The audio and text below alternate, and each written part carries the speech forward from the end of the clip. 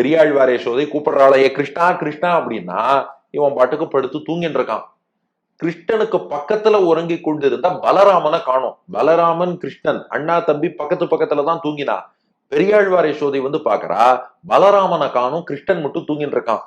இப்ப ரெண்டு பிரச்சனை. ஒண்ணு கிருஷ்ணன் தூங்குவது முதல் பிரச்சனைனா, பலராமன் எங்க போனான்னு தெரியல. பலராமனை காணுங்கிறது ரெண்டாவது பிரச்சனை. எல்லா இடத்துலயும் தேடி பாக்குறா, எங்கேயுமே பலராமனை காணும். கடைசியா வந்து உத்து பார்த்தாலாம், கிருஷ்ணன் மெத்த மேல படுத்துன்னு இருக்கான்னு நினைக்கிறா.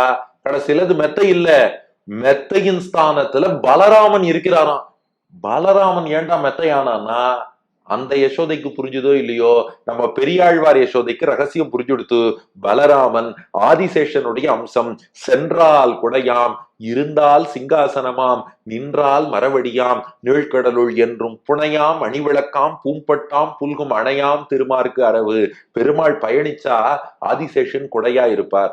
பெருமாள் அமர்ந்தால் சிம்மாசனமாவார். பெருமாள் நின்றால் பாதுகையாவார். பெருமாள் பள்ளி கொண்டால் ஆதிசேஷனே படுக்கையாவார். இப்ப கிருஷ்ணன் பள்ளி கொண்டதாலே பலராமன் வடிவில் வந்த ஆதிசேஷன் அவரே படுக்கையாகி பலராமன் கீழே இருக்காராம். அதை பார்த்துட்டு தான் பெரியாழ்வார் யசோதை கூப்பிடுறாளாம், அரவு அணையாய். அரவுனா பாம்புன்னு அர்த்தம், அணைனா படுக்கைன்னு அர்த்தம்.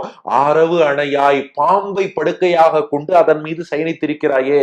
இத வியாக்கியானத்துல மணவாள மாமுனிகள் ரொம்ப ரகசியமா சூச்சகமா காட்டியிருக்கார்.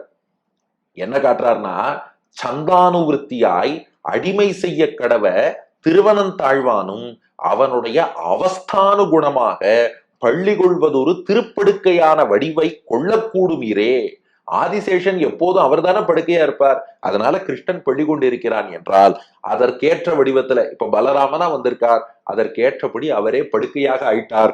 மேல கண்ணன் சயனிச்சுட்டு இருக்கான். ஐயோ, இந்த காட்சியை பார்க்க நான் எவ்வளவு கொடுத்து வச்சிருக்கணும். பெரியாழ்வார் யசோதை கூப்பிடுறா, அரவணையாய், ஆதிசேஷன் மீது பாம்பு மீது பள்ளி கொண்டு இருப்பவனே, பலராமன் மீது பள்ளி கொண்டவனே.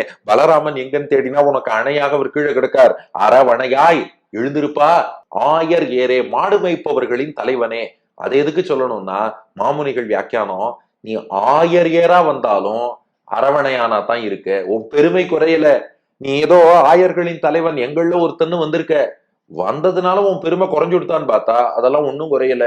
பார்க்கடல்ல போய் பார்த்தா ஆதிசேஷன் மீது பள்ளி கொண்டிருப்பாய், ஆயரேரா வரும்போது பலராமன் மீது பள்ளி கொண்டிருப்பாய். அப்ப இதுக்குள்ள உள்ள வேதாந்த விஷயம் என்னன்னா, எம்பெருமான் எங்க எந்த வடிவத்துல அவதாரம் பண்ணாலும் அவருடைய பெருமைகள், குணங்கள், ஞானம், சக்தி இது எதுவுமே குறையாது. அரவணையாய் ஆயரேரே, அதை ஜம்பிள் பண்ணி புரிஞ்சுக்கோங்க. ஆயரேராக வந்த போதும் அரவணையானாகவே இருப்பவனே.